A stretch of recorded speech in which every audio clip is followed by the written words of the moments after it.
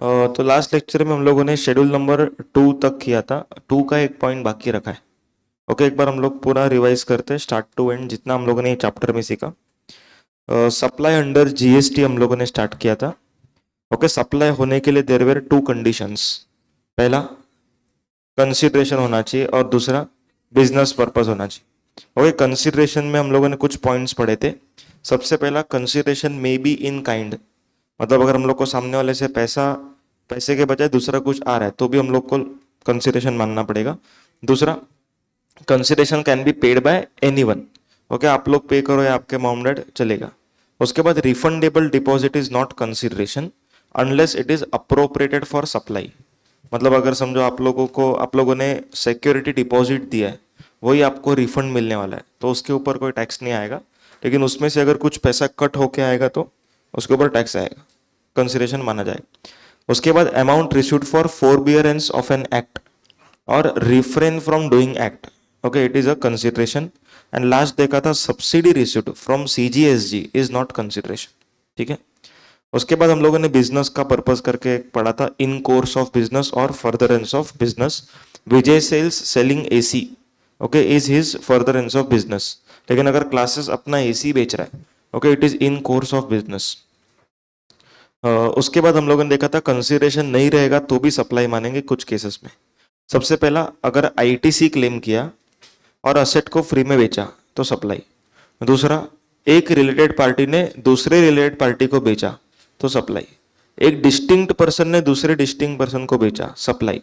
Distinct person मतलब same pan but having different registration. कब ऐसा पॉसिबल है? जब दो अलग स्टेट में बिजनेस है, या तो एक स्टेट में हमने मल्टीपल जगह पे बिजनेस कर रहे हैं और नंबर लिया है। ठीक है। उसके बाद उसके अंदर एक प्रोवाइजो पड़ा था, एम्प्लॉयर ने अपने एम्प्लॉय को गिफ्ट दिया। ओके, और वो गिफ्ट का वैल्यू 50,000 या उससे कम है, it is not a supply. उसके ऊपर रहेगा तो entire value will be treated as supply और आईटीसी भी मिलेगा। उसके बाद थर्ड था प्रिंसिपल एजेंट।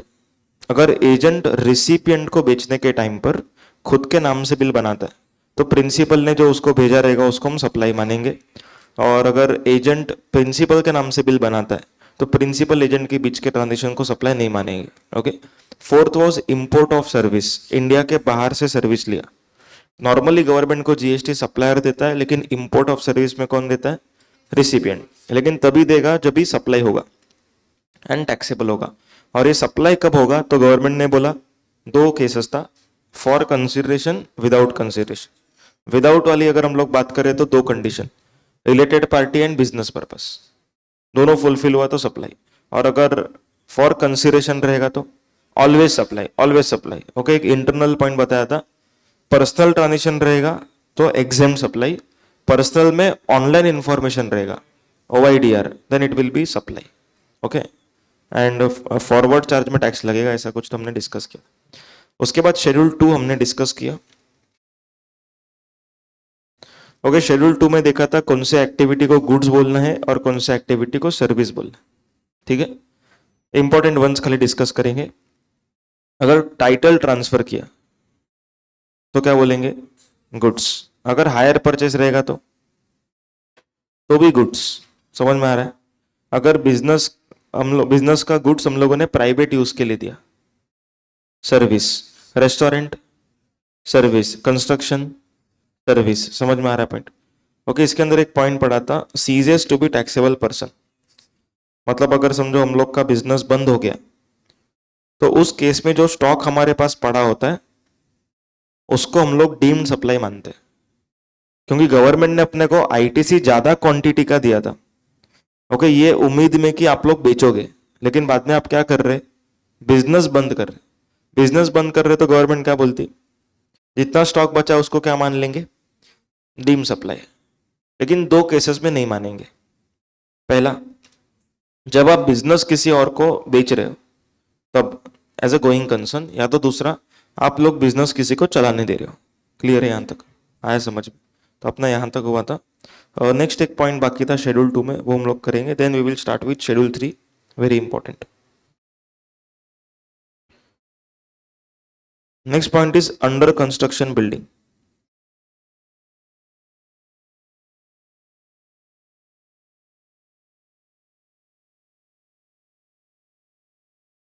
देखो मान के चलो कि ये पूरा प्रोजेक्ट है। ओके, यहां पर बिल्डिंग का काम स्टार्ट हुआ, प्रोजेक्ट स्टार्टेड। ओके,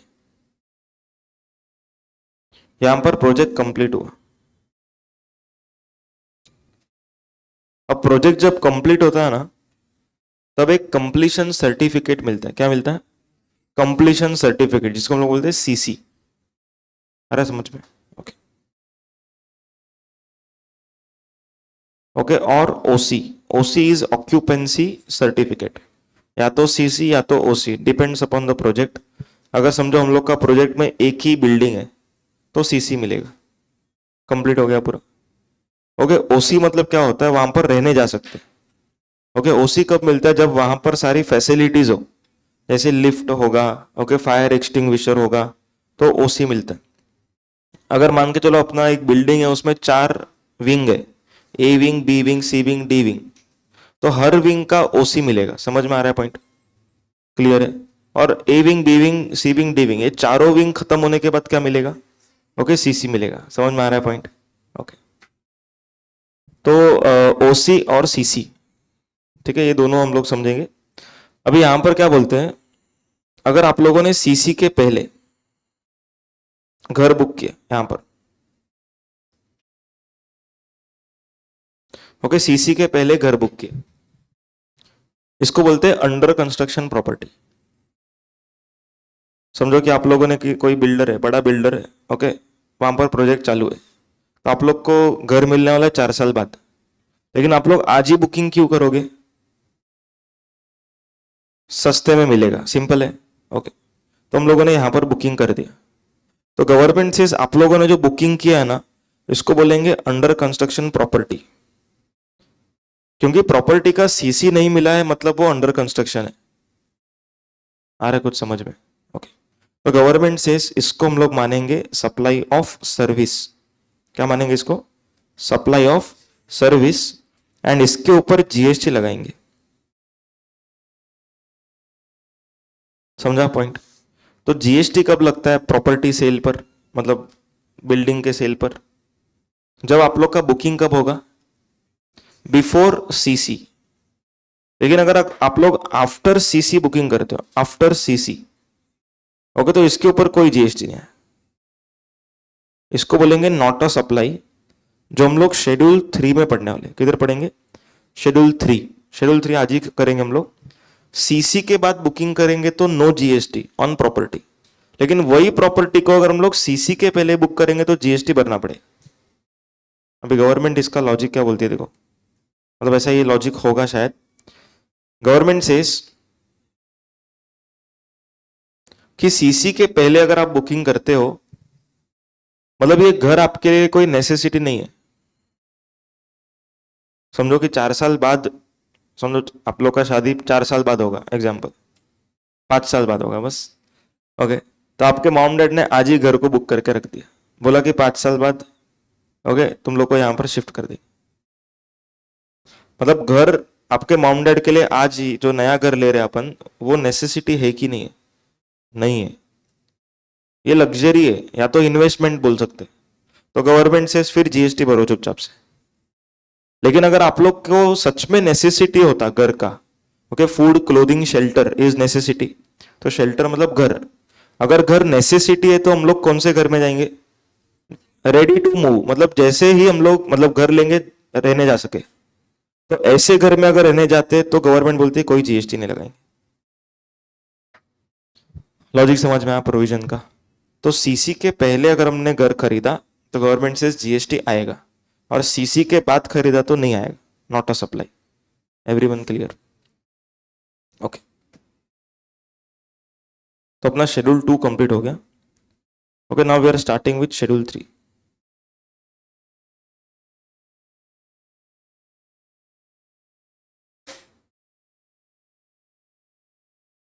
शेड्यूल 3 का heading is not a supply. Schedule 3 का हेडिंग क्या रहेगा? नॉट अ सप्लाई, मतलब कुछ एक्टिविटीज गवर्नमेंट बोलता है इसको हम लोग सप्लाई मानेंगे ही नहीं। ओके, क्योंकि गवर्नमेंट बोलता है पब्लिक इंटरेस्ट में इस पे जीएसटी नहीं लगा सकते। Okay, it is wrong to levy GST in public interest.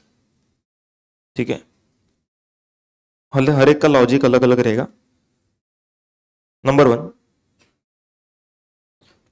देखो हम लोग शेड्यूल 1 कर चुके, शेड्यूल 2 कर चुके, अभी शेड्यूल 3 में है हम लोग। शेड्यूल 1 में क्या सीखा? सप्लाई कब माना जाएगा, दो कंडीशन बड़ा बता, okay, consideration and business. Second, उसके बाद हमने देखा शेड्यूल 1, शेड्यूल 1 में था कि कंसिडरेशन नहीं होगा फिर भी सप्लाई होगा, मतलब अप टिल शेड्यूल 1 हम लोग क्या समझ रहे थे, सप्लाई कब होगा। शेड्यूल 2 में क्या सीखा, सप्लाई गुड्स का होगा कि सर्विस का होगा। और शेड्यूल 3 में हम क्या सीखने जा रहे हैं, नॉट अ सप्लाई, मतलब कौन से एक्टिविटी को सप्लाई नहीं मानेंगे। आ रहा है समझ में? ओके, सबसे पहला एम्प्लॉयमेंट सर्विसेज। सबसे पहला क्या है, एम्प्लॉयमेंट सर्विसेज।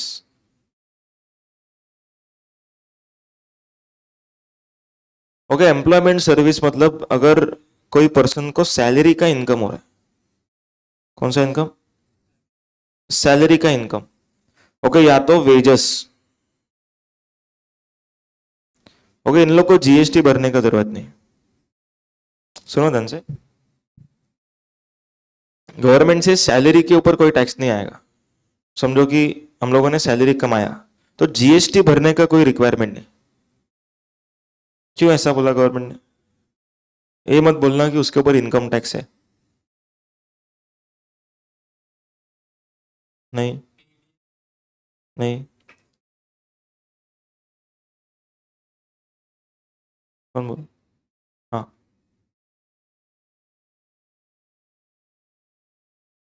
ओके, लेकिन तब भी नहीं आएगा।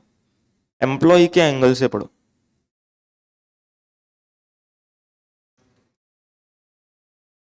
तो जीएसटी आना चाहिए, सर्विस है तो।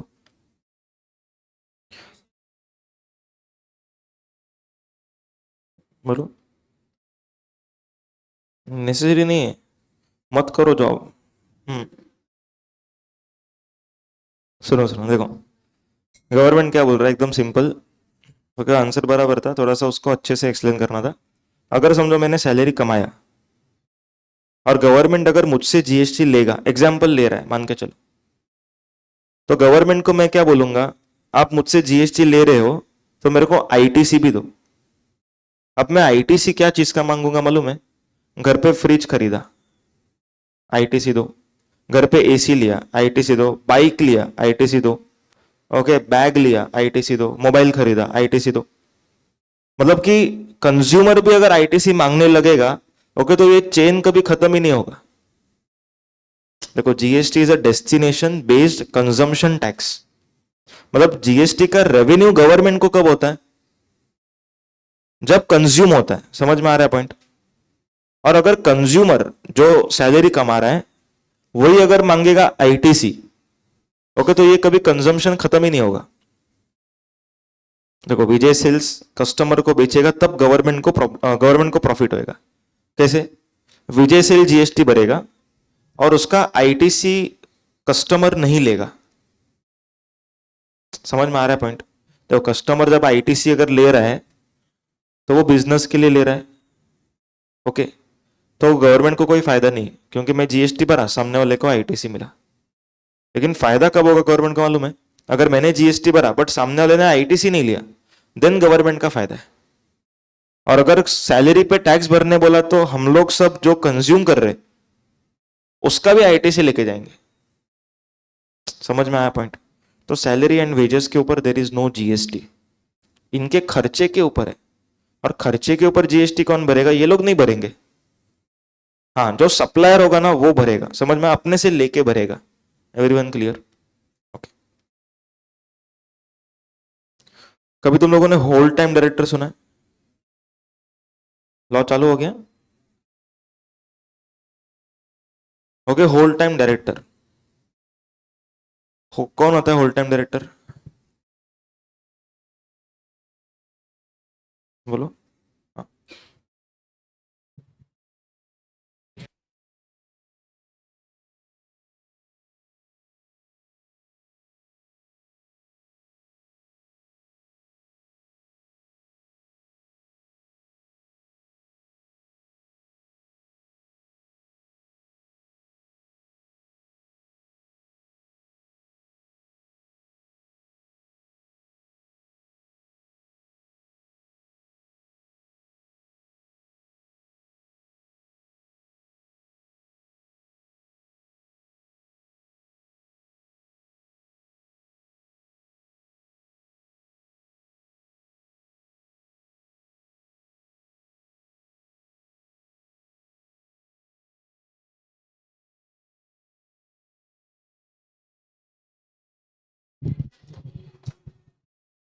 बोले कि वो नहीं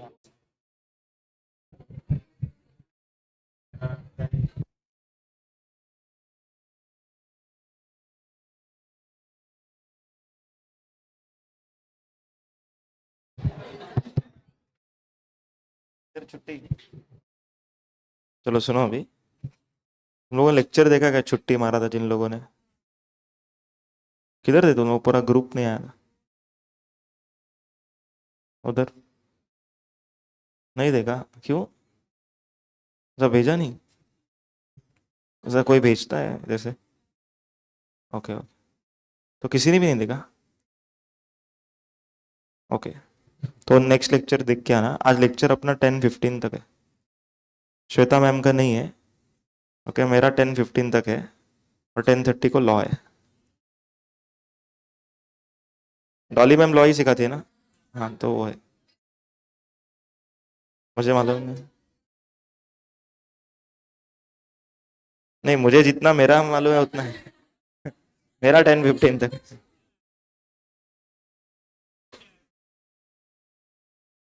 हाँ हाँ बेटा। चलो सुनो सुनो,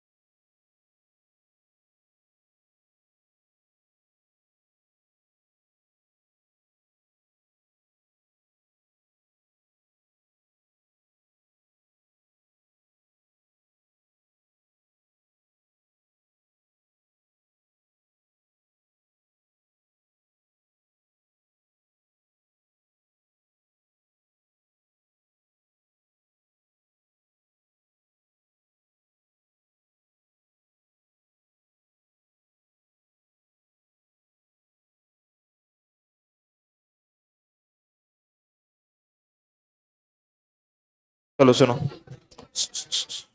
listen no. Whole time director सुना है क्या? बोलो क्या मीनिंग है होल टाइम? जो पूरा टाइम कंपनी में रहे। ओके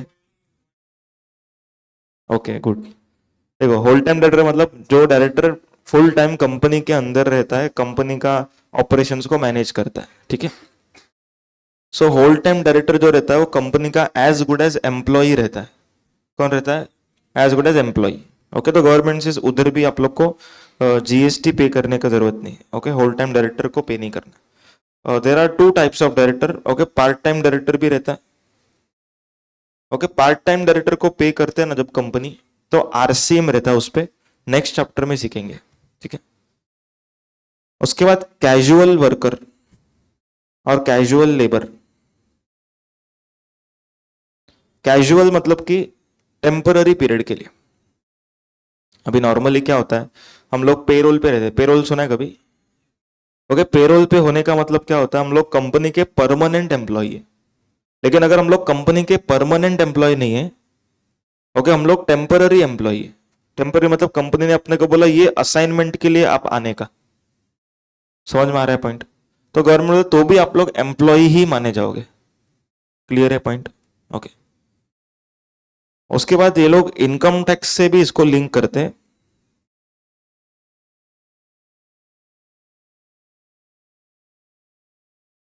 हाँ वो भी है। देखो, इनकम टैक्स लॉ में ना टीडीएस कट होता है। सुना है टीडीएस? क्या रहता है टीडीएस? फुल फॉर्म मत बोलो। हाँ, ओके, सैलरी देते वक्त ही वो लोग कुछ अमाउंट कट कर लेते हैं। क्योंकि आप लोग पूरे साल में ओके जो भी कमा रहे हो उस पर टैक्स भरने के लिए आपके पास तभी एक साथ इकट्ठा पैसा नहीं होगा। ओके, तो आज से थोड़ा थोड़ा थोड़ा करके वो लोग कट कर लेते हैं, ठीक है। तो उसको बोलते हैं टीडीएस। तो यहां पर क्या होता है, इनकम टैक्स के अंडर अगर समझो सेक्शन 192 जूना सेक्शन है, नया का नंबर मुझे नहीं मालूम। ओके, तो जूने सेक्शन में इनकम टैक्स अगर कट हो रहा है सैलरी का, तो जो पर्सन कमा रहा है उसको हम सैलरी बोलते हैं। देखो बेसिकली क्या होता है, ये प्रॉब्लम किधर आएगा ना, डायरेक्टर के केस में प्रॉब्लम आता है ये। Director provides two types of services to company. Okay, one as a professional, तो वहां पर टीडीएस प्रोफेशनल का लगेगा। और सेकंड एज अ एम्प्लॉई, जैसे होल टाइम डायरेक्टर है, इसको सिटिंग फीस मिल रहा है। सिटिंग फीस मालूम है? सिटिंग फीस, बैठने का पैसा। सिटिंग फीस मतलब मीटिंग में बैठने का पैसा।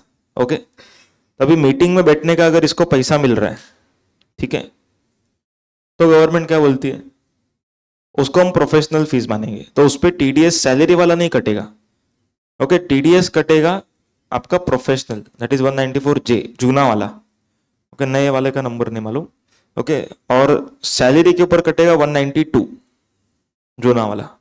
तो उस केस में सैलरी के ऊपर नो जीएसटी, बट प्रोफेशनल के ऊपर जीएसटी आएगा, बट अंडर आरसीएम। ये हम लोग नेक्स्ट चैप्टर में पढ़ेंगे। तो पहला एंट्री क्लियर है शेड्यूल 3 का, इसमें कोई डाउट है पूछो अभी। Schedule 3 entry 1 clear? Any doubt in entry 1? समझा यहां तक? Okay, entry 2, services provided by courts और tribunals. Services provide by courts और ट्राइब्यूनल्स। क्या डिफरेंस है कोर्ट और ट्राइब्यूनल के बीच?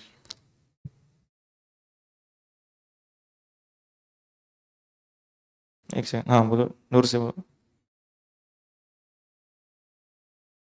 ओके, नहीं नहीं सुनो, ये आर्बिट्रल ट्रिब्यूनल नहीं है। ओके, जो आप बोल रहे हो इट इज आर्बिट्रल ट्रिब्यूनल, जो आउट ऑफ कोर्ट सेटलमेंट करता है। ओके,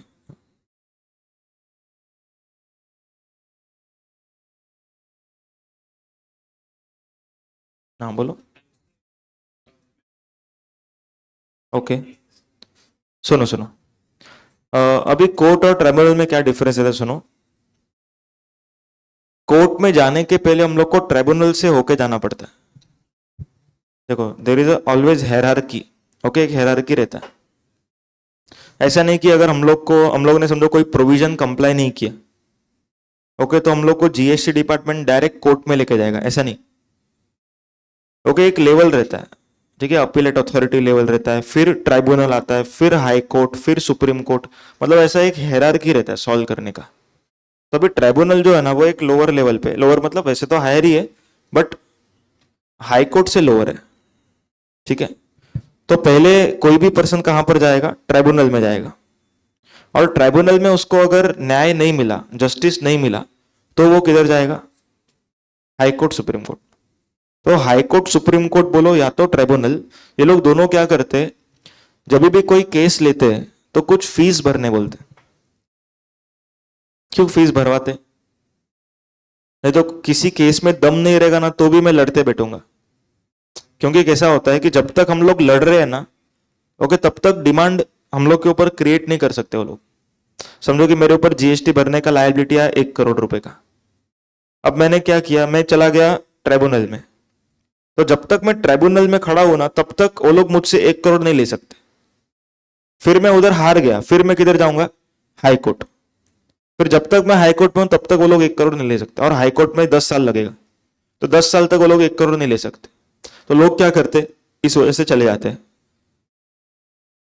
तो यहां पर ये लोग क्या करते हैं, कोर्ट एंड ट्रिब्यूनल, ये लोग फीस लेते हैं। क्या लेते हैं, फीस। क्योंकि इन लोग भी मेहनत कर रहे, समझो जजेस है। ओके, तो जज को पूरा मैटर सुनना पड़ता है, पूरा समझना पड़ता है, दोनों पार्टीज को सुनना पड़ेगा। ओके, बाद में उसको ऑर्डर पास करना पड़ेगा। तो इन लोग के भी बहुत सारे काम है।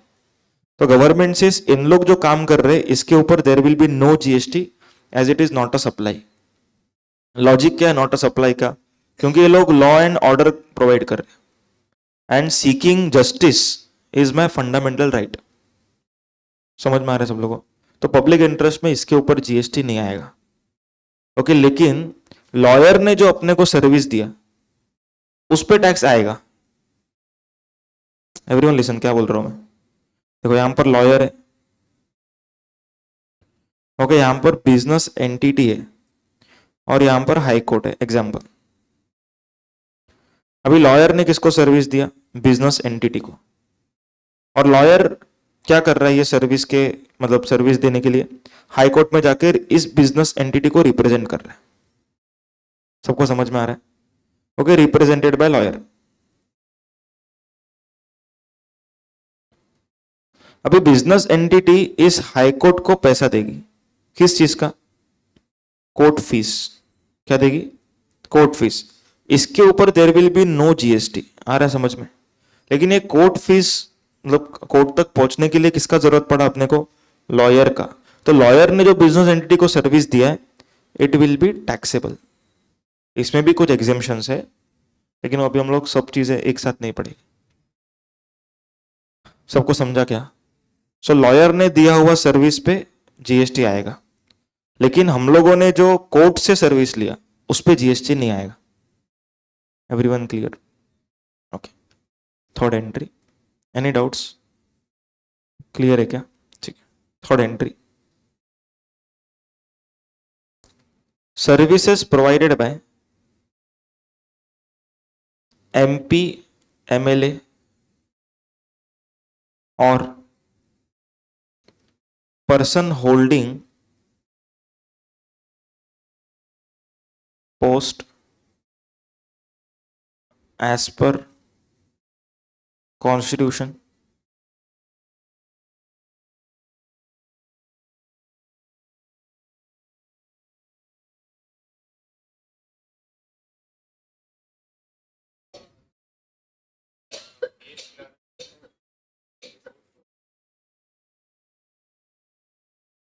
यस यस करेंगे ना, कोर्ट को ही फीस पे करना।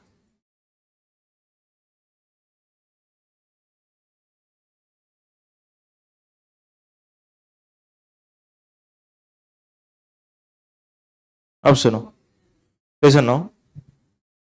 सबसे पहला थर्ड एंट्री में लिखा हुआ है एमपी एमएलए। सबसे पहला क्या है? MP MLA. Okay, Lok Sabha Rajya Sabha में जो लोग बैठते हैं, ओके मालूम है वो टेबल बजाते हैं ताली के जगह पे। ताली नहीं अलाउड नहीं होता ताली। ओके, तो जिधर हम लोग टेबल बजाते हैं और हाँ हाँ बोलते हैं, लोकसभा राज्यसभा विधानसभा। ओके, तो ये एमपी एमएलए को जो पैसा मिलता है गवर्नमेंट से, उन लोग को कोई जीएसटी पे करने का जरूरत नहीं। और क्योंकि ये लोग देश के लिए काम कर रहे हैं, ये लोग वोट देंगे तो एक लॉ बनेगा, समझ में आया? और वो लॉ सिटीजन्स के लिए होगा, तो ये लोग लॉ एंड ऑर्डर का काम कर रहे हैं, देयरफॉर नो जीएसटी। सबको समझ में आ रहा है? Okay. Second is person holding post as per constitution. अभी कॉन्स्टिट्यूशन बोलता है कि देश में एक प्रधानमंत्री होना चाहिए, ओके, एक फाइनेंस मिनिस्टर होना चाहिए, ओके, रेवेन्यू सेक्रेटरी होना चाहिए, गवर्नर, आरबीआई का गवर्नर होना चाहिए। मतलब कॉन्स्टिट्यूशन ने स्पेसिफाई करके रखा है कि ये लोग होने चाहिए ये जगह पे। ओके, ये पोस्ट है, ओके, इधर एक जन होना चाहिए, ये पोस्ट है इधर दो जन होना चाहिए। ओके, होम मिनिस्टर बोलते हैं ना उसको, defence minister, transport minister. Okay, तो ऐसा सब होना चाहिए, ठीक है। तो बेसिकली इन लोग को जो पैसा मिलता है इसके ऊपर भी there will be no GST, क्योंकि ये लोग भी देश के लिए काम कर रहे हैं। उसके बाद person being member in body setup by parliament. देखो,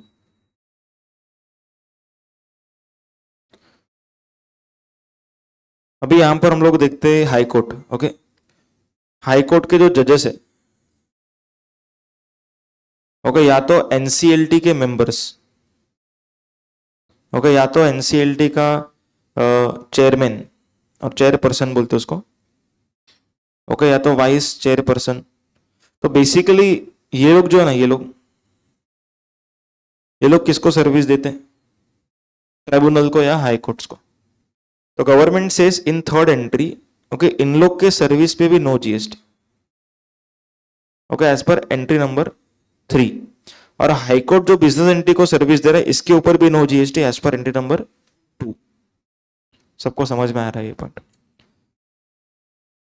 हाँ, ये लोग को सैलरी मिलता है, ओके, लेकिन कुछ कुछ जजेस ऐसे होते हैं जो स्पेसिफिक मैटर को सुनते, सब मैटर में उनका इन्वॉल्वमेंट नहीं रहेगा। ओके, ट्राइब्यूनल्स, ओके, ट्राइब्यूनल्स में भी ऐसे होता है, समझो कि कोई केस ही नहीं आया एग्जाम्पल, ओके, तो उन लोग को पेमेंट भी कभी कभी नहीं मिलता, क्योंकि एक फिक्स सैलरी रहता है, बाकी इन लोग जितना केसेस सॉल्व करते हैं उसके हिसाब से भी इन लोग का रहता है इंक्रीमेंट। ओके, तो इन लोग जो सर्विस दे रहे उसके ऊपर भी नो जीएसटी, एंड जो high court supreme court tribunal service दे रहा है उसके ऊपर भी नो जीएसटी। सबको समझा पॉइंट? क्लियर है?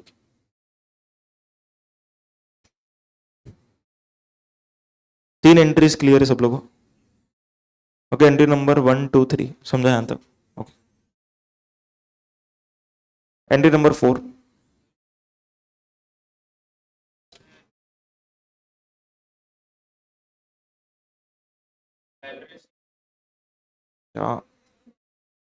थर्ड वाले में ना तुम लोग इनकम टैक्स जब पढ़ोगे ना, इनकम फ्रॉम अदर सोर्सेस करके आएगा एक। हो गया तुम लोग आईएफएस? सैलरी हो गया? सैलरी भी हो गया? ओके, तो एमपीएमएल का जो पैसा है वो आईएफओएस में टैक्सेबल होता है। समझ में आ रहा है पॉइंट? आईएफओएस में टैक्सेबल होता है, इसीलिए ये एंट्री अलग है। अगर सैलरी में टैक्स होता ना तो ये लोग थर्ड एंट्री बनाते ही नहीं, फिर फर्स्ट एंट्री में कवर हो जाता। सबको समझ में? मुझे लगा नहीं हुआ, इसीलिए वो पॉइंट मैंने नहीं बता। हो गया मतलब कहाँ पीजीबीपी भी हो गया, सारे हेड्स ऑफ इनकम हो गए आधे लोग के। हाँ सॉरी सॉरी, हाँ वही मेरे को याद था कि किसी ने बोला था बाकी है, फिर मेरे को अचानक तुम लोग बोल रहे। हाँ, कौन सा चीज? जो भी जस्ट बोला हो। ओके, मैंने बोला कि एमपी एमएलए, ओके, इन लोग का जो इनकम है, इन income tax it is tax under IFOS. Okay, income from other sources. अगर समझो इनकम टैक्स में लिखा होता कि एमपी एमएलए का पैसा इज टैक्स्ड इन सैलरी, तो ये एंट्री अलग से नहीं होता, क्योंकि सैलरी का एंट्री हम ऊपर पढ़ चुके। आया समझ में? तो यहां पर इन लोग को अलग से बताना पड़ा, क्योंकि ऊपर कवर नहीं हो रहा है, क्योंकि उन लोग का इनकम किधर टैक्सेबल है? आईएफओएस में टैक्सेबल। सबको समझ में आ रहा है? चले आगे, बोलो कोई डाउट आ रहा है समझ में? Okay, fourth entry.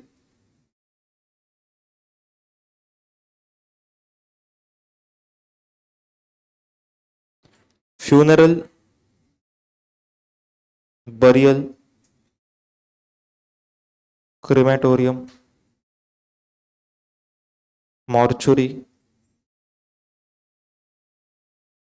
And transportation of deceased.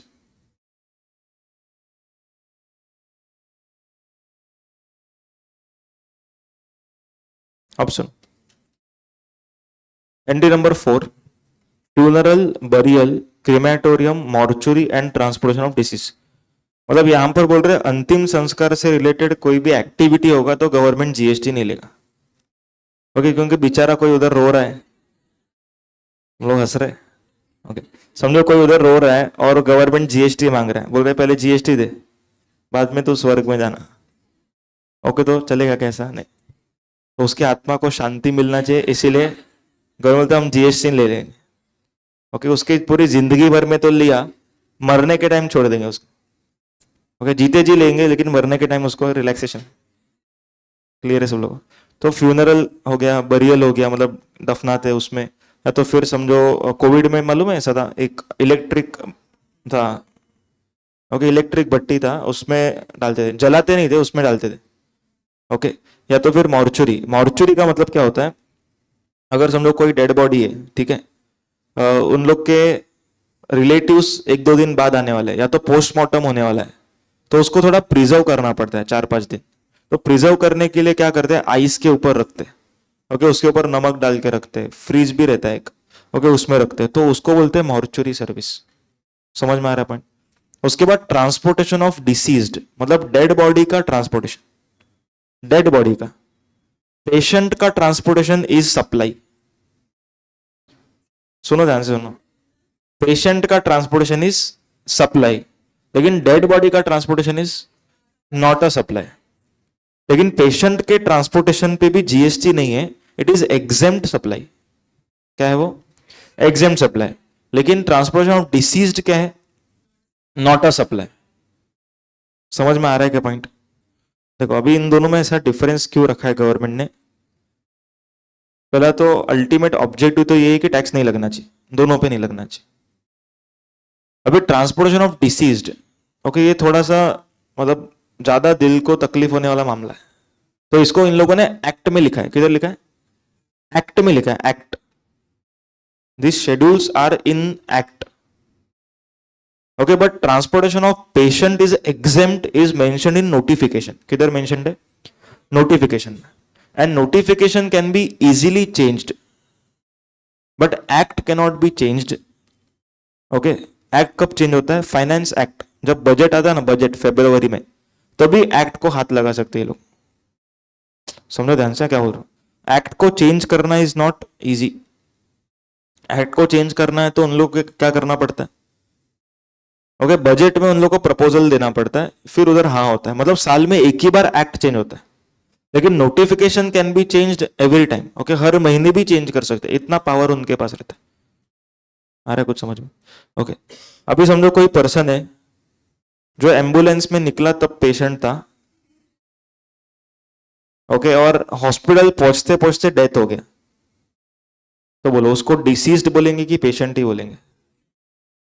नहीं, उसको पेशेंट बोलेंगे. क्योंकि मरने के बाद डायरेक्टली उसको शमशान घाट नहीं लेके जाएंगे. उसको पहले हॉस्पिटल लेके जाएंगे, डॉक्टर का सर्टिफिकेट मिलेगा, डेथ सर्टिफिकेट. उसके बाद उसके फैमिली को इन्फॉर्म करेंगे और फिर वो लोग विधि वगैरह करके फिर लेके जाएंगे. ओके, जो भी रिलीजन में जो भी प्रैक्टिस फॉलो होता है. तो ऐसा डायरेक्टली रास्ते में मर गया तो सीधा शमशान घाट, सिमेट्री उधर नहीं.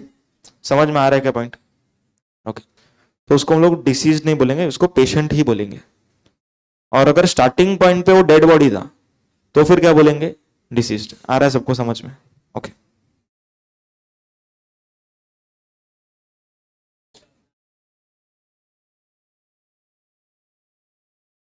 फिफ्थ पॉइंट आ रहा है उसके ऊपर.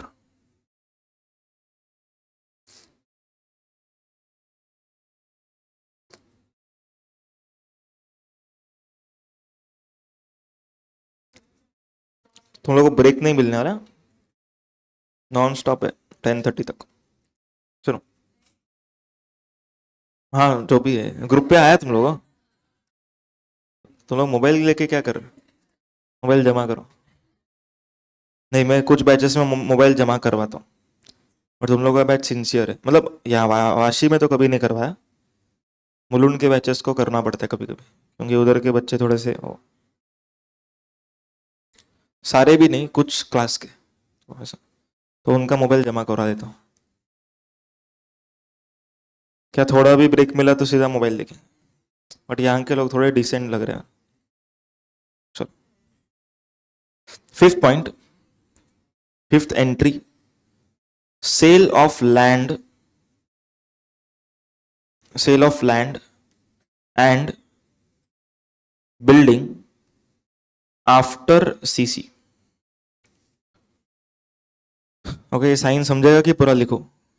समझेगा? ओके, देखो क्या लिखा है. सेल ऑफ लैंड मतलब अगर आपने जमीन बेचा तो उस पर जीएसटी नहीं. क्यों जीएसटी नहीं है लैंड के ऊपर? लैंड पे तो मॉल भी बन सकता है. लैंड पे मॉल भी बन सकता है, घर भी बन सकते हैं. ओके, लोग जीएसटी क्यों नहीं लगा रहे? Okay, appreciable asset. ओके,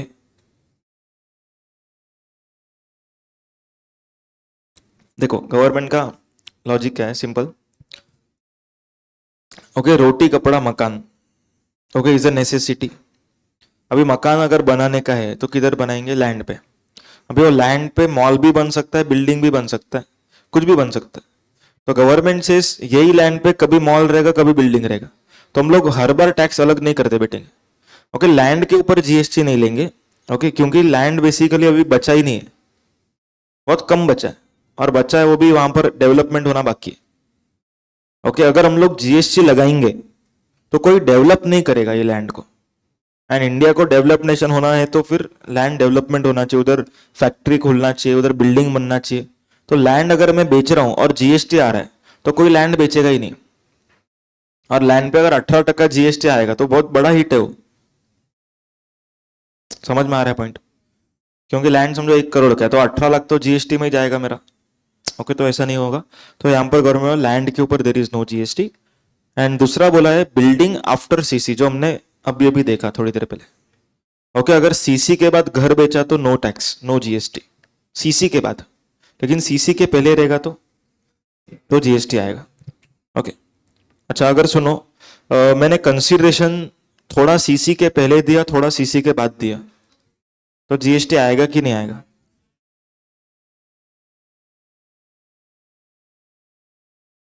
हम्म, आएगा। ओके, पूरे पे आएगा। समझ में आ रहा पॉइंट? मतलब कंसीडरेशन अगर सीसी के पहले है तो जीएसटी आएगा, पार्ट कंसीडरेशन भी पहले तो भी पूरे पे जीएसटी आएगा। Everyone getting the point? Okay. Sixth, ये इसी थोड़ा ऐसा करो ना पीछे।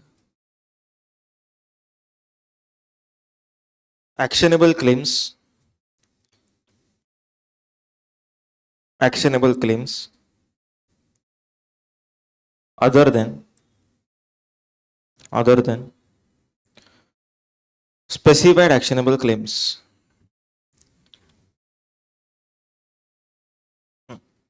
Actionable claim other than specified actionable claim, मतलब गवर्नमेंट बोल रहा है कि स्पेसिफाइड एक्शनेबल क्लेम पे जीएसटी लगाएंगे। देखो ये शेड्यूल का हेडिंग क्या था? Not a supply. अब नॉट अ सप्लाई में लिखते हैं other than specified actionable claim. देखो नॉट अ सप्लाई मतलब ये लाइन कैसे पढ़ेंगे? Actionable claims are not a supply other than specified actionable claim. इसका इंटरप्रिटेशन क्या हो गया? Specified actionable claim are supply. सबको समझ में आ रहा है पॉइंट? चलो एक सबसे सिंपल क्वेश्चन का आंसर देना। Supply of what? गुड्स और service. Lottery. Okay, lottery is goods और सर्विस? लॉटरी इज गुड्स और सर्विस? आंसर इज गुड्स, क्योंकि गुड्स इंक्लूड्स एक्शनेबल क्लेम। याद करो हम लोगों ने गुड्स का डेफिनेशन पढ़ा था, और goods excludes money and security but includes actionable claim, growing crops, grass and things attach to earth. समझ में आ रहा है पॉइंट?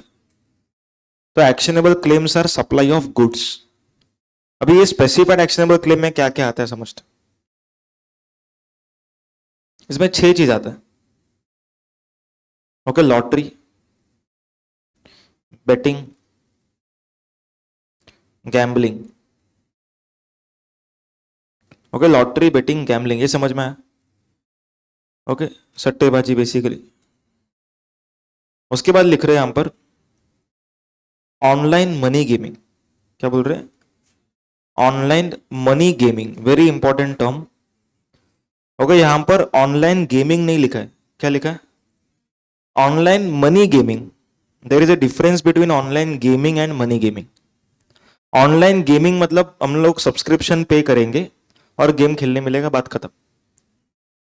पर ऑनलाइन मनी गेमिंग मतलब, हाँ, हम लोग पैसा लगा के गेम खेलेंगे और जीतेंगे तो पैसा मिल सकता है। सबको समझ में आ रहा है? So Dream Eleven is online money gaming. समझ में आ रहा है का difference? Okay, online money gaming में क्या मिल रहा है हम लोग को? पैसा लगा के पैसा जीत सकते। सो online money gaming is goods. Okay, but online gaming is service. समझ में आ रहा है क्या पॉइंट्स क्या बोल रहा हूं? बहुत माइन्यूट पॉइंट्स हैं। Okay, online gaming is service.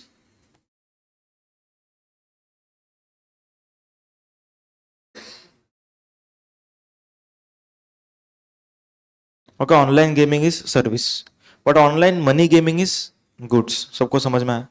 Okay, उसके बाद हॉर्स रेसिंग।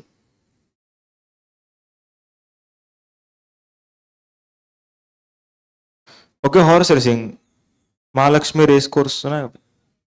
घोड़े का रहता ना सर रेसिंग, जॉकी पे पैसा लगाते। और रेस टू देखा है तुम लोगों ने? नहीं देखा रेस टू? देखा? किसी ने देखा है रेस टू? रेस टू देखा? हाथ ऊपर करो। नहीं देखा? हाँ, मैं वही सोचा, अभी तो बोला देखा। हाँ, पीछे से ही बोला किसने देखा है। इतना जुना ही पिक्चर नहीं है वो, 2006-7 का होगा। 7 का है? ठीक है ठीक है। अच्छा तुम लोग तभी पैदा हुए थे, ठीक है। तो हॉर्स रेसिंग, सुनो सुनो, हॉर्स रेसिंग पे भी जीएसटी लगता है। देखो, हॉर्स से रिलेटेड सारे एक्टिविटी पे जीएसटी है, क्योंकि हॉर्स को ना एक बड़ा प्राणी मानते हैं। ओके, हॉर्स एक बड़ा प्राणी है, बोलते हैं घोड़ा। ओके, तो घोड़े का रेसिंग, समझ में आया सब लोग को? ओके चल आगे। तो lottery, betting, gambling, horse racing, online money gaming and casino. क्या जोक पास किया बाद में बताना। चलो, तो कैसीनो मतलब जो इधर हम लोग ऐसा करते हैं ना, मतलब एक ऐसा डाइस रहता है उसको, हाँ, क्या बोलते हैं उसको? हाँ, रूलेट, ठीक है। कैसीनो देखा है मैंने, फिर ऐसा लग रहा है, अभी सुना नहीं फिर। ठीक है, वो ऐसा घुमाते हैं, ये नंबर आएगा, वो नंबर आएगा। तो उसको भी हम लोग क्या मानेंगे? गुड्स मानेंगे, स्पेसिफाइड एक्शनेबल क्लेम है। तो इन सब के ऊपर क्या आएगा? जीएसटी आएगा। इसको छोड़ के बाकी के एक्शनेबल क्लेम पे जीएसटी नहीं आएगा। ओके, बाकी के कौन बचते हैं बताओ, थोड़ा एक दो एग्जांपल दे दो। इंश्योरेंस क्लेम सुना है? ओके, इंश्योरेंस क्लेम्स के ऊपर there is no GST. Okay, insurance claim पे टैक्स नहीं है, क्योंकि insurance claim is a actionable claim. समझो, हम लोगों ने इंश्योरेंस पॉलिसी लिया, ओके, हम लोग मर गए, ओके, उसके बाद फैमिली को पैसा ही नहीं दिया उन लोगों ने, तो अपना फैमिली क्या कर सकता है? कोर्ट में केस करेगा, बोला कि भाई ये पॉलिसी है, पॉलिसी में लिखा है पैसा मिलना चाहिए, so we can legally enforce this right. समझ में आया? तो इसको हम लोग क्या बोलेंगे? एक्शनेबल क्लेम, एंड उसके ऊपर जीएसटी नहीं आएगा। लेकिन हर महीने जो आप प्रीमियम पे कर रहे हो उस पर जीएसटी आ सकता है। समझ में आया क्या बोला? देखो, इंश्योरेंस कंपनी क्या कर रहा है, insurance company every month premium का पैसा ले रहा है। क्लियर है क्या? तो प्रीमियम का पैसा लेगा तब जीएसटी आएगा। Okay, unless it is exempted. Okay, unless it is exempted. पर इंश्योरेंस कंपनी जब क्लेम का पैसा देगा, ओके, तो इसके ऊपर जीएसटी नहीं आएगा, क्योंकि ये इस केस में किधर फॉल करेगा? शेड्यूल 3 के अंदर। सबको समझा है क्या? बहुत इंपॉर्टेंट। अपने ऊपर जिसको पैसा मिलता है वो जीएसटी भरता है नॉर्मली। अभी समझो क्लासेस का ये बेंच पूरा जल गया, तो पैसा किसको मिलेगा? क्लास को मिलेगा, इंश्योरेंस कंपनी से। तो जिसको पैसा मिलता है गवर्नमेंट को जीएसटी, वो देता है। ओके, लेकिन इस बार नहीं देंगे, क्योंकि जो पैसा मिल रहा है वो क्या है? Actionable claim. Everyone clear? सबको समझ में आ रहा है क्या? Entry 6। Okay.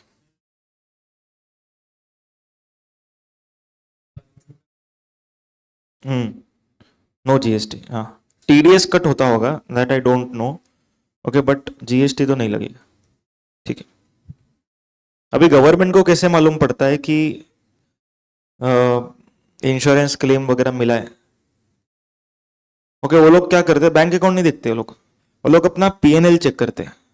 Okay, goods lost by fire, goods lost by flood वगैरह, अर्थक्वेक, तो वो उधर से मालूम पड़ता है कि इंश्योरेंस मिला रहेगा कि नहीं। आ रहा समझ लो? ट्रेडिंग के डेबिट में लिखते हो ना, goods lost by fire. Okay, तो इंश्योरेंस बताओ, फायर इंश्योरेंस। क्लियर है point? Okay. Entry number 7, 8 is not in your syllabus. Okay, वो कट करना है बुक में, ठीक है। 7, 8 नॉट इन सिलेबस। 9, 10 हम लोग अभी करें। 9 very important. Okay, last attempt का अमेंडमेंट है। Entry number 9।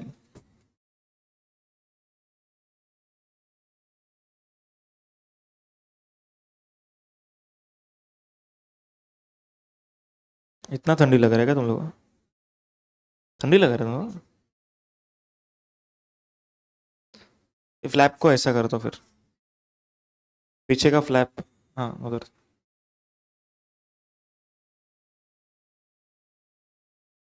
जैकेट पहन के भी तुम लोग को ठंडी लग रहा है। अभी अभी वो बाजू है फ्लैप, ठीक है। चलो, को इंश्योरेंस प्रीमियम।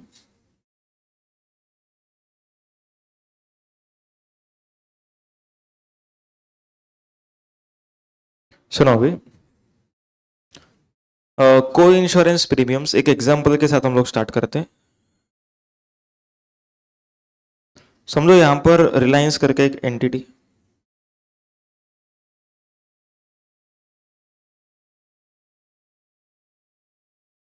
ओके, इन लोग के पास समझो 1000 एकड़ का जमीन है।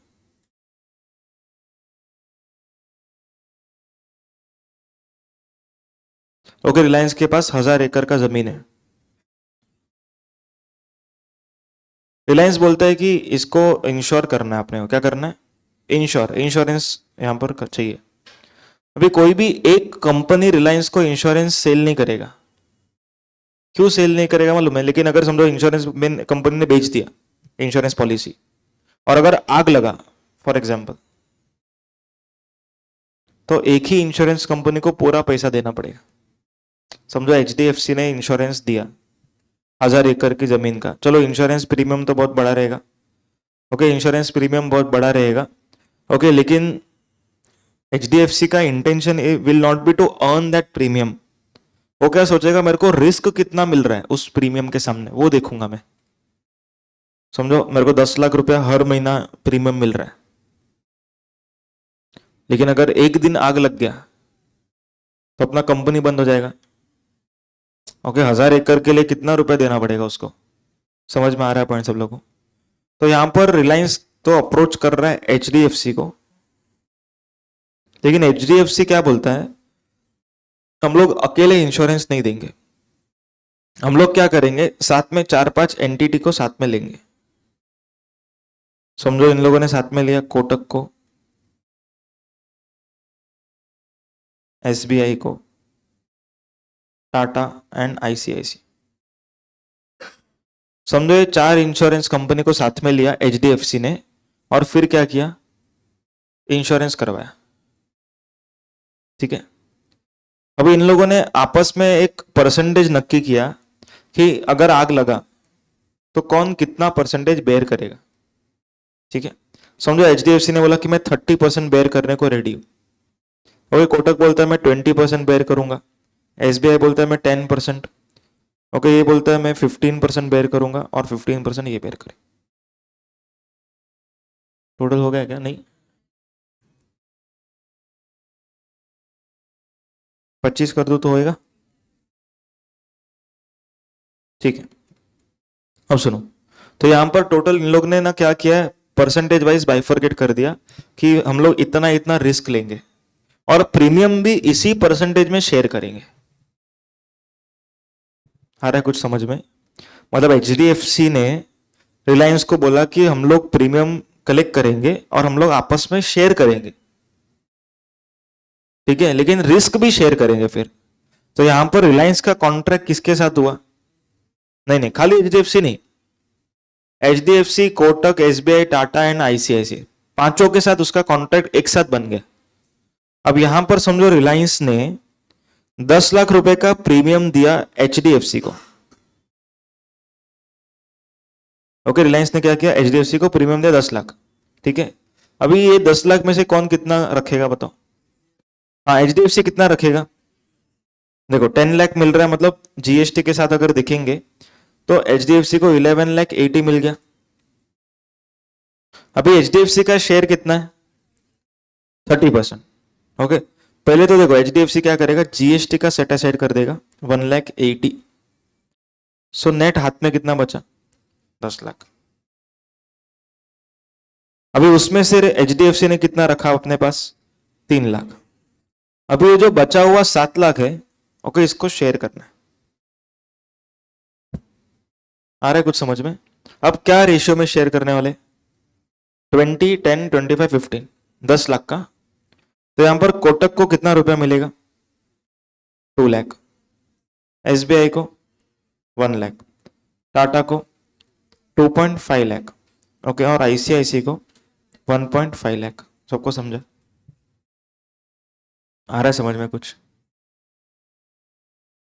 देखो अभी सिंपल चीज है, शेड्यूल 3 का एंट्री 9 हम लोग क्यों पढ़ रहे हैं वो उस पर आते हैं। अभी गवर्नमेंट ने बोला था कि जिसको भी पैसा मिलेगा उसको GST भरना है।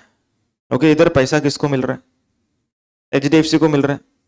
सो एचडीएफसी तो भर रहा है जीएसटी, बट इन लोगों को जो पैसा मिल रहा है ना, इस पे इन लोग को भी तो भरना चाहिए। नो डाउट आईटीसी मिल सकता है एचडीएफसी को, ये लोग भरेंगे तो आईटीसी मिलता है, बट गवर्नमेंट ने क्या इधर प्रोविजन निकाला, ओके, को insurance premium shared by lead insurer. Okay, HDFC को अब से क्या बुलाएंगे हम लोग, लीड इंश्योरर। लीड इंश्योरर मतलब कि ये मेन पार्टी है, तभी लीड इंश्योरर को पैसा मिला।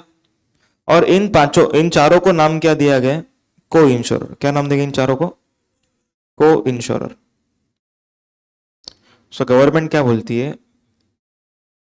Premium amount shared by lead insurer to co insurer, okay, will not be liable to GST.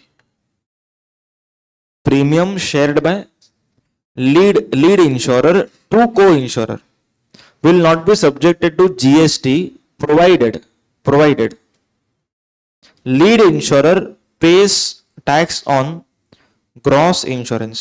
मतलब जो 10 लाख है ना, ओके, इसको बोलते हैं ग्रॉस इंश्योरेंस पे जीएसटी।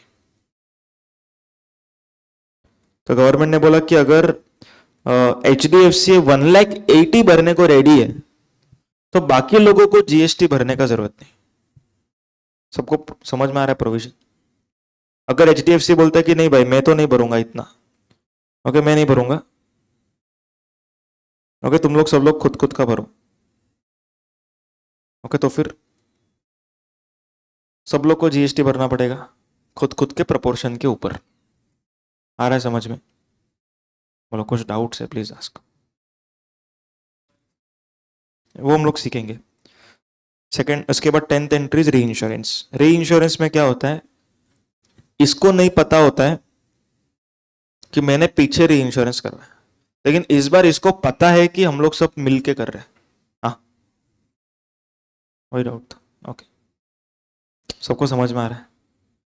कुछ डाउट सोचो प्लीज, एक भी डाउट नहीं आ रहा है, मेरे को मजा नहीं आ रहा, डाउट निकालो खुद खुद के।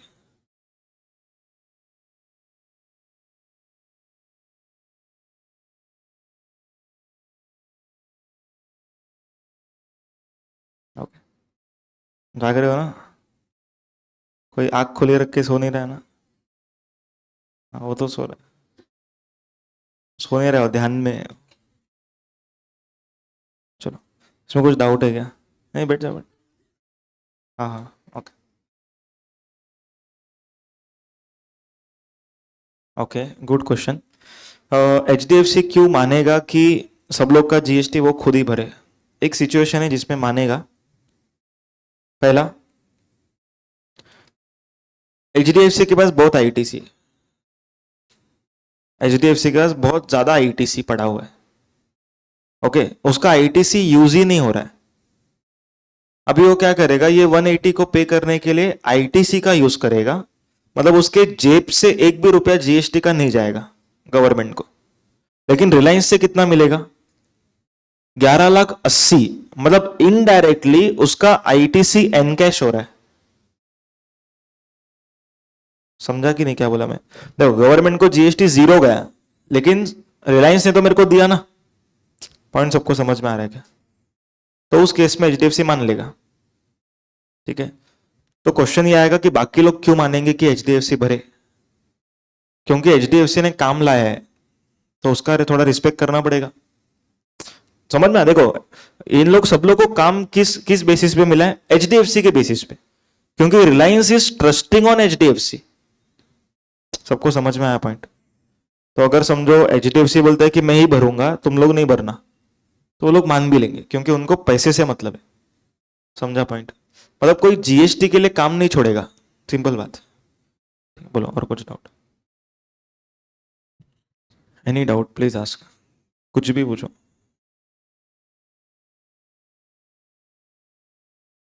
उसका शेयर माइनस किया 3 लाख रुपया, ये 3 लाख माइनस जो किया वो उसका शेयर है, 30% है। आ रहा है समझ में?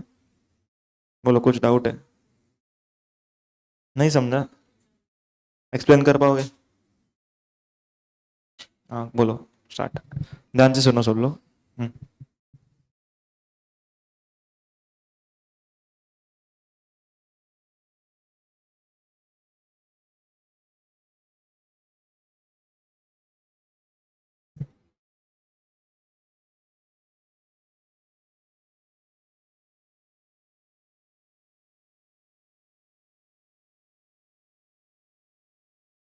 तो जीएसटी कौन से पे आएगा, कौन से पे नहीं आएगा?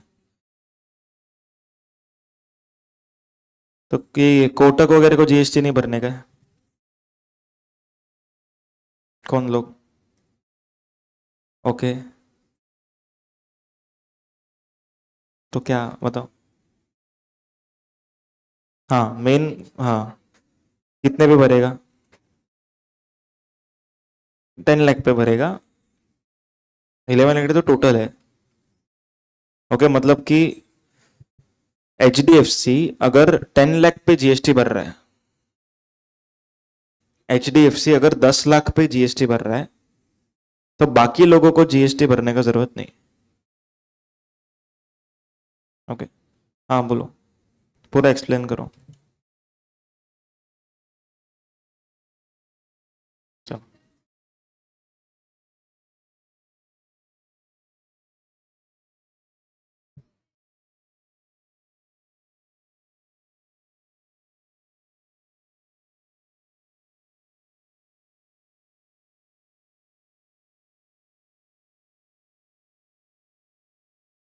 Very good.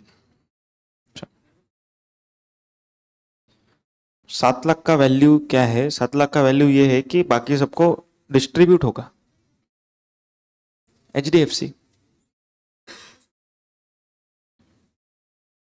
रिलायंस को आईटीसी मिलेगा। एवरीवन लिसन, इधर सप्लायर और रिसिपिएंट कौन है? रिलायंस कौन है? रिलायंस कौन है, सप्लायर की रिसिपिएंट है? ये रिसिपिएंट है क्योंकि इसके जेब से पैसा गया। ओके, तो आईटीसी रिलायंस को मिलेगा, ना कि एचडीएफसी को। एचडीएफसी का तो लायबिलिटी है। आया समझ में? हाँ, वो 7 लाख का टोटल उधर है, देखो 2 + 1 + 2.5 + 1.5, मतलब शेयरेबल अमाउंट है। ओके, बोलो एनी अदर क्वेरी? हाँ, सर्विस, हाँ सप्लाई ऑफ सर्विस में, यस। चलो 10 पॉइंट, 10th एंट्री, ये क्लियर है सब लोग? इसमें कोई डाउट्स? पक्का कोई झूठ नहीं बोल रहे हैं तो मैं ऐसे रैंडमली पूछते रहूंगा। ओके, तो मेक श्योर तुम लोग जाग रहे हो।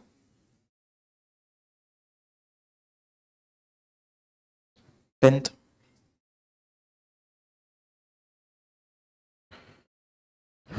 अभी ना 10th का हेडिंग में बाद में लिखता हूँ, उसका मीनिंग हम लोग पहले समझते हैं, क्योंकि री इंश्योरेंस प्रीमियम के ऊपर है, तो शॉर्ट में लिख देता हूँ। चलो,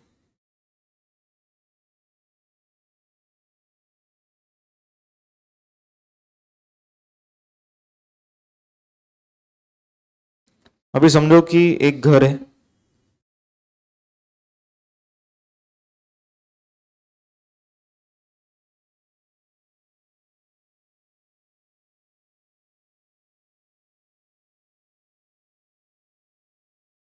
ओके समझो कि ये घर का हम लोगों ने इंश्योरेंस करवाया है। Okay, 1 lakh per month. Listen everyone, okay घर का क्या हो रहा है, इंश्योरेंस हो रहा है, ठीक है? कितना इंश्योरेंस पे कर रहे हैं अपन? 1 lakh rupees per month. Okay, बहुत डिटेल्ड एंट्री है, थोड़ा सा ध्यान से सुनना, नहीं तो समझेगा ही नहीं, अच्छे से सुनना पूरा। अभी ये 1 लाख का जो अमाउंट है, ये मिस्टर ए का घर है समझो। ओके, 1 लाख का अमाउंट ये पे करता है इंश्योरेंस कंपनी को, से future generally insurance.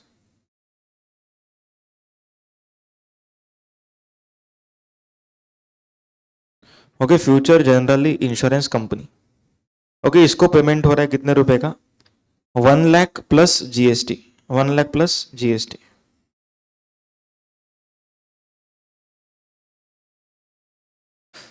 Okay, future generally कौन है, सप्लायर है कि रिसिपिएंट है?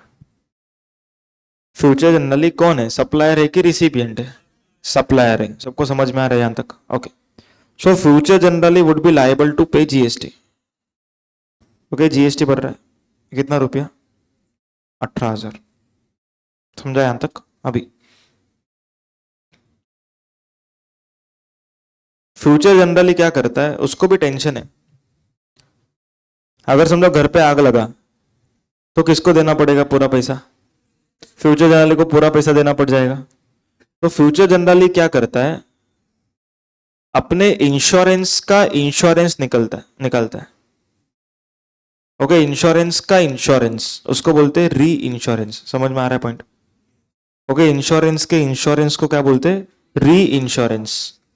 अब यहां पर ये कोटक के पास गया, ओके, और कोटक को इन लोगों ने बोला कि भाई देखो, हम लोग को ना री इंश्योरेंस करके चाहिए। देखो, हमने आगे क्या बेचा है? इंश्योरेंस। लेकिन हम लोग को बहुत टेंशन हो रहा है, ओके, आग भी लग गया तो हम लोग को बहुत पैसा देना पड़ेगा। तो इन लोगों ने क्या कर दिया, कोटक को ये री इंश्योरेंस, कोटक के पास से री इंश्योरेंस करवा के लिए। अब कोटक इन लोग को चार्ज कर रहे हैं 70,000 rupees, okay, plus GST.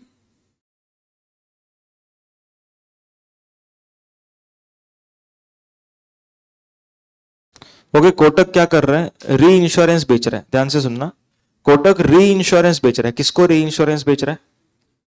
Everyone, किसको बेच रहा है? फ्यूचर जनरली को।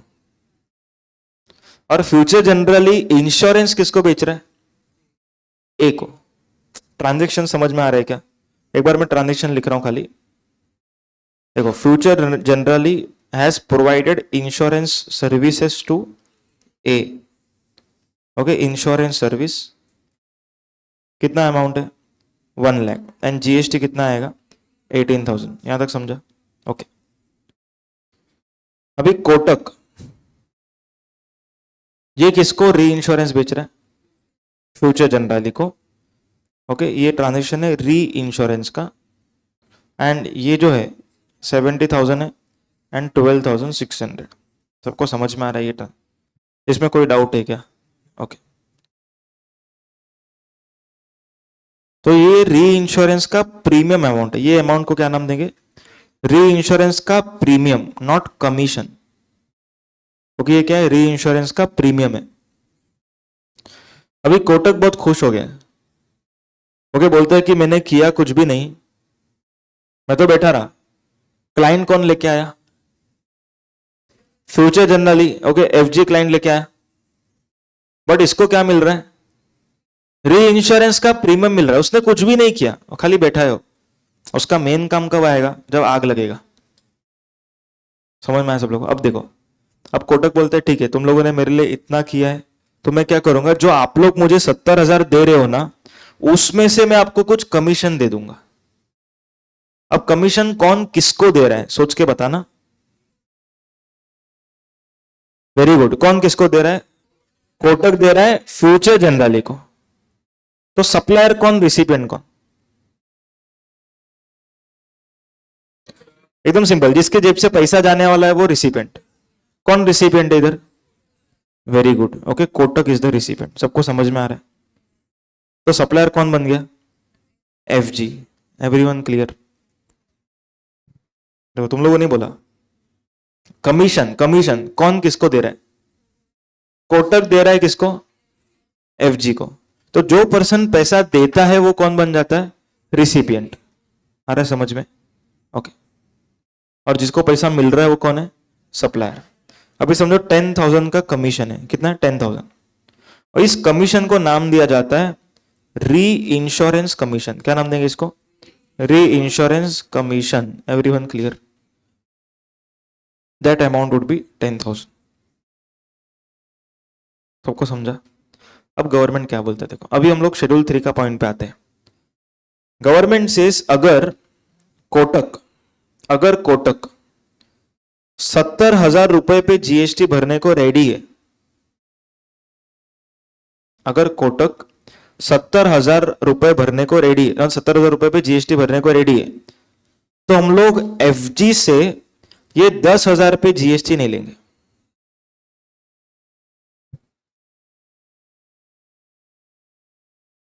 क्या क्या? नहीं नहीं, 70,000 पे जीएसटी, 12,600 अगर कोटक भरने को रेडी है, ओके, तो गवर्नमेंट बोलता है एफजी से 1,800 रुपया नहीं लेंगे हम लोग। नहीं नहीं, 1,800। हम लोग कमीशन का बात कर रहे हैं, हम लोग इंश्योरेंस अमाउंट का बात नहीं कर रहे। ओके, हम लोग कमीशन का बात कर रहे हैं, प्लीज। हाँ हाँ। सो 10,000 के कमीशन पे जीएसटी कब नहीं आएगा? Come on everyone. हाँ, जब ये कोटक है, दैट इज कॉल्ड एज री इंश्योरर, वो कितने पे जीएसटी भर रहा है? 70,000 पे भर रहा है, सबको समझ में आ रहा है। अब देखो एफजी जो है ना, कोटक को कितना रुपया देने का था री इंश्योरेंस के नाम से, टोटल टोटल बताना, टोटल 82,600 देने का है। ओके, लेकिन एफजी को 10,000 मिलने का भी है। क्यों मिलने का है? कमीशन का मिलने का है। तो नेट कितना डिडक्ट करके मिलेगा उसको? 72,600। Everyone clear? मतलब यहां पर गवर्नमेंट क्या बोलता है, if Kotak is paying GST on which amount? 70,000, that is gross reinsurance amount, then insurer is not liable to pay GST on this commission. समझा है क्या पॉइंट, क्या बोला? लेकिन अगर कोटक बोलता है कि मुझको नेट ऑफ करके कितना मिल रहा है बेसिक अमाउंट के फॉर्म में 60, अगर समझो कोटक ऐसा बोलने लगे कि मेरे को 70,000 मिल रहा है और मैं 10 दे रहा हूं, तो मेरे को नेट इन नेट 60 मिल रहा है, तो मैं जीएसटी 60 पे भरूंगा, तो गवर्नमेंट 10,000 पे जीएसटी किससे मांगेगा? एफजी से मांगेगा। समझ में आ रहा है क्या पॉइंट? मतलब गवर्नमेंट एफजी से 10 पे जीएसटी क्यों नहीं मांग रहा है? Because Kotak is paying GST on 70। Everyone getting the point? Okay, एक बार बुक में हम लोग इस लाइन को पढ़ेंगे। ओके, पूरा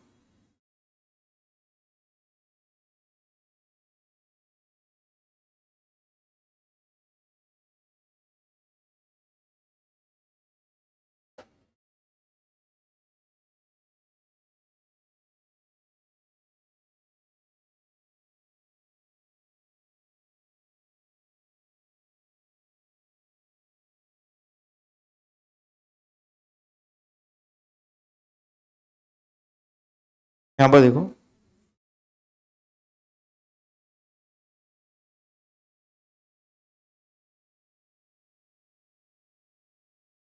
ओके एक बार रीड करते हैं ये वाला पॉइंट। ओके, एंट्री नंबर 10, तो तुम लोग को इसको डिकोड करना है, ठीक है? Services by reinsurer, services by reinsurer, sorry, service by insurer to reinsurer for which ceding commission is charged. अभी अपना वाला एग्जांपल में ध्यान दो, यहां पर सर्विसेज बाय इंश्योरर, कौन है इंश्योरर? देखो कमीशन, कमीशन के लिए कौन इंश्योरर हम लोग देख रहे हैं यहां पर? इंश्योरर का नाम क्या अपने सिचुएशन में? एफजी। तो यहां पर कमीशन की अगर हम बात करें तो कौन सर्विस प्रोवाइडर है कमीशन के लिए? Who is the supplier? FG. Okay, तो यहां पर क्या लिखा देखो, सर्विस बाय इंश्योरर मतलब एफजी टू री इंश्योरर, कौन? Kotak, for which ceding commission is charge. Ceding commission is nothing but reinsurance commission. कितने रुपए का कमीशन है? 10,000। Okay, is deducted from reinsurance premium. Reinsurance premium का basic amount कितना था? 70,000। Okay, लेकिन वो पूरा 70 नहीं देगा क्योंकि 10 तो उसको भी मिलने का है, तो यहां पर वो डिडक्ट करेगा। Okay, paid by insurer to reinsurer. Okay, मतलब ये 60 का बेसिक अमाउंट कौन किसको देने वाला है? हाँ, FG being insurer is paying to reinsurer who is Kotak, तो इंश्योरर ने री इंश्योरर को दिया, subject to the condition that, देखो this activity is not a supply, क्योंकि इसका हेडिंग ही लिखा है नॉट अ सप्लाई, तो इन लोगों ने इधर नॉट अ सप्लाई नहीं लिखा, तो इसको कैसे रीड करेंगे? Services by insurer to reinsurer for which ceding commission और reinsurance commission is deducted from reinsurance premium paid by insurer to reinsurer is not a supply, is not a supply. Okay, subject to the condition that GST. Okay, ये सबको मैं GST बोल देता हूं directly. Okay, पूरा underline किया, वो पूरा GST. Subject to the condition that GST is paid by, हाँ, paid by Kotak. Okay, Kotak कितने रुपए पे भरना चाहिए? 70 पे। तो अभी इधर पढ़ते, paid by reinsurer on gross reinsurance premium. Gross मतलब कितना रुपया? 70,000। Okay, payable by insurer to reinsurer. Okay, 70 कौन किसको देना वाला था? एफजी किसको देना वाला था? कोटक को। सबको समझ में आ रहा है point? Inclusive of seeding commission, okay, और री इंश्योरेंस कमीशन। क्लियर है पॉइंट? ओके, मतलब क्रक्स ये है कि अगर री इंश्योरर ग्रॉस अमाउंट पे जीएसटी भरता है, री इंश्योरर ग्रॉस अमाउंट पे जीएसटी भरता है। ओके, तो फिर इंश्योरर को कमीशन पे जीएसटी भरने का जरूरत नहीं। मतलब अगर कोटक 70 पे जीएसटी भरेगा तो 10 पे जीएसटी किसको नहीं भरने का? एफजी को। सबको समझ में आ रहा है क्या? बोलो, एनी डाउट?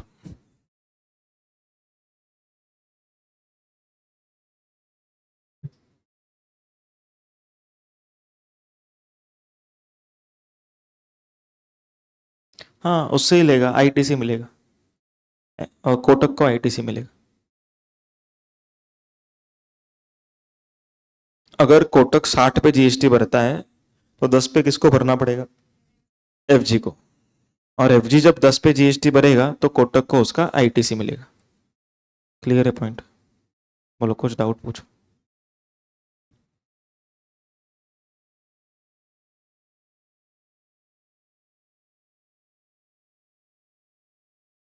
नहीं, आईटीसी भी मिल रहा है ना।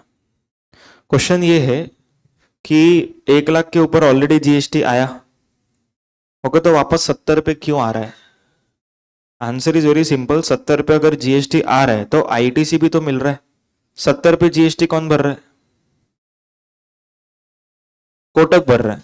तो उस 70 के ऊपर का जीएसटी का आईटीसी किसको मिल रहा है? एफजी को। तो गवर्नमेंट को कुछ भी नहीं मिला। गवर्नमेंट को फाइनल कब मिल रहा है? ए से। समझ में आ रहा है पॉइंट? बोलो, कुछ डाउट्स प्लीज आस्क।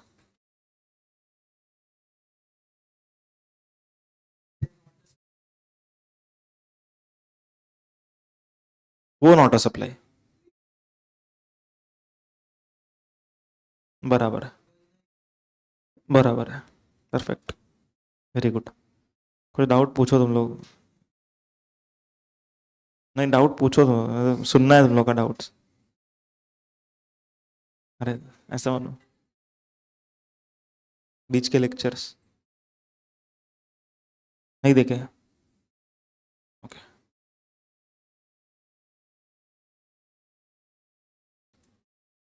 लेक्चर देखा सब? नहीं देखा, क्यों? एग्जाम था? कौन सा एग्जाम? इंटरनल? पास हो गए? आ गया रिजल्ट? मतलब हो जाऊंगा ऐसा उम्मीद है? ओके, चलो, कोई डाउट नहीं है क्या तुम लोगों को? तुम लोगों को समझ में आ रहा है इसलिए डाउट नहीं है कि नहीं समझ में आ रहा है इसलिए डाउट नहीं है? पक्का? चलो,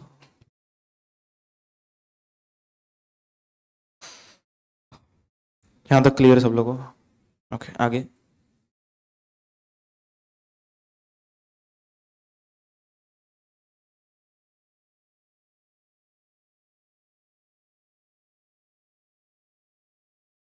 अभी 2 ट्रांजेक्शन है, ओके, जिसके ऊपर गवर्नमेंट बोलता है कि there will be no GST, okay, and this are notified as per some notifications.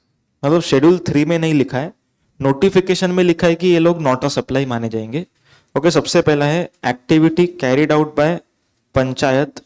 Okay, basically जो म्यूनसिपालिटी रहता ना, म्यूनसिपालिटी, एनएमएमसी, तुम लोग इधर का, ओके, बाकी बीएमसी रहता है, एमसीजीएम रहता है।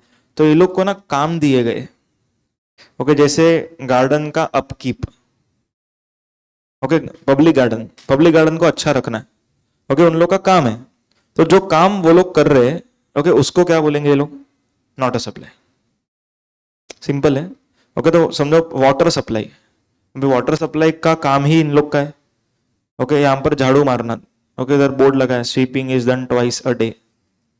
ओके, तो झाड़ू मारने का काम भी उनका ही है। तो बेसिकली जो लोग ये काम कर रहे हैं which is given to them as per constitution, okay, तो उसको हम लोग सप्लाई नहीं मानेंगे। आया समझ में? ओके, उसके बाद grant of alcoholic liquor license. देखो, अल्कोहलिक लिकर के ऊपर जीएसटी नहीं है, ओके, लेकिन लिकर बेचने के लिए हमारे पास क्या होना चाहिए? लाइसेंस। तो गवर्नमेंट से उस लाइसेंस के ऊपर भी जीएसटी नहीं होगा। Okay, normally license is a service, उस पर जीएसटी होना चाहिए। लेकिन गवर्नमेंट क्या बोलता है, ओके लाइसेंस के ऊपर there will be no tax. क्यों नो टैक्स? क्योंकि वो लाइसेंस हमने लिया ही क्यों है, लिकर बेचने को, और लिकर पे अगर टैक्स नहीं है तो उसके लाइसेंस पे टैक्स लगा के क्या करेंगे? तो यहां पर लिकर के लाइसेंस पे भी नो जीएसटी। सबको समझ में आया सर? ओके, तो अपना शेड्यूल 3 कंप्लीटेड। हाँ, ह्यूमन कंजम्पशन रहेगा तो नहीं, इंडस्ट्रियल यूज रहेगा तो आएगा। यस, चलो क्लियर है क्या यहाँ तक? एक 10 मिनट का ब्रेक लेते हैं, उसके बाद आधा घंटा कंटिन्यू करें। नहीं, पेट्रोल पंप का जीएसटी है। उन लोग को लाइसेंस पे आएगा, पेट्रोल पे नहीं आएगा।